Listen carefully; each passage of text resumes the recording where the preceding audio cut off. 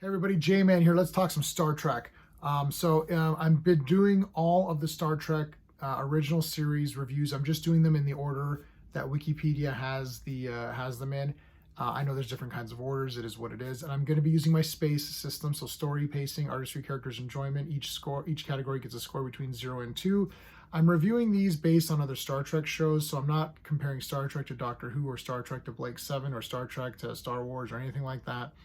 I'm comparing it in itself. If I give an episode a 10 out of 10, I'm saying if you want an original series episode, this is a 10. If I give it like a 6 out of 10, then this one is not that great as an original series episode. Most of them are probably going to get 5. A 5 out of 10 is a pass. I think they're all getting a pass, so I don't think there's going to be anything lower than 5. We'll see as we go.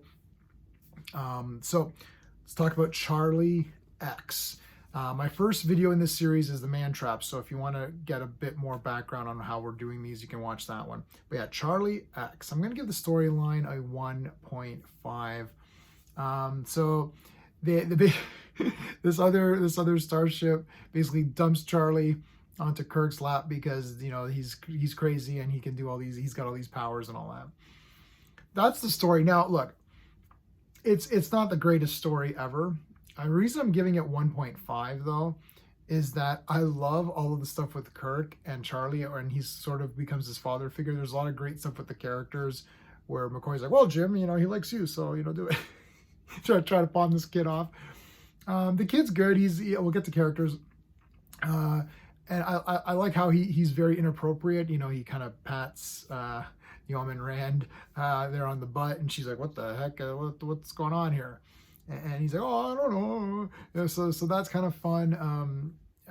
Look, it gets serious. The thing is that the story starts kind of, okay, this Charlie guy's a bit weird and it's kind of fun, but then it starts to pick up and get serious. Like, oh shit, this is like getting pretty heavy now.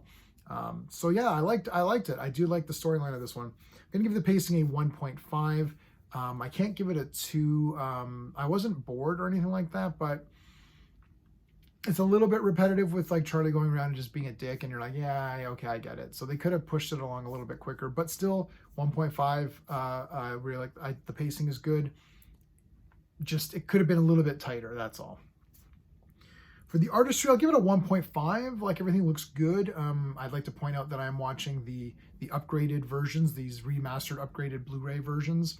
The Blu-ray comes with both versions, so I'm totally okay with watching these updated effects. I don't feel that this is like Star Wars where they've inserted characters and literally changed and added plot lines and added scenes and stuff. I hate that. I don't like the special edition Star Wars. I just like the 3 original movies. That's it.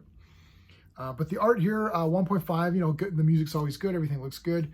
Charlie does some cool stuff with his powers, and they visualized it pretty good. Again, I'm watching the upgraded ones.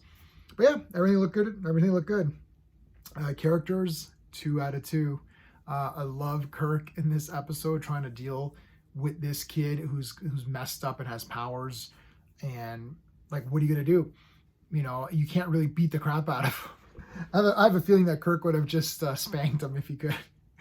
But everyone's really nice in this episode. I think the guy who plays Charlie is pretty good. Like, you feel kind of bad for him, but then he's kind of an ass, and you're like, well, at some points I was like, man, they just got to shoot this kid. Like, forget about it. Like, this kid's crazy. It's like, you're not going to be able to stop him. Like, if he loses his mind, he's going to go full carry, and then that's going to be it, right?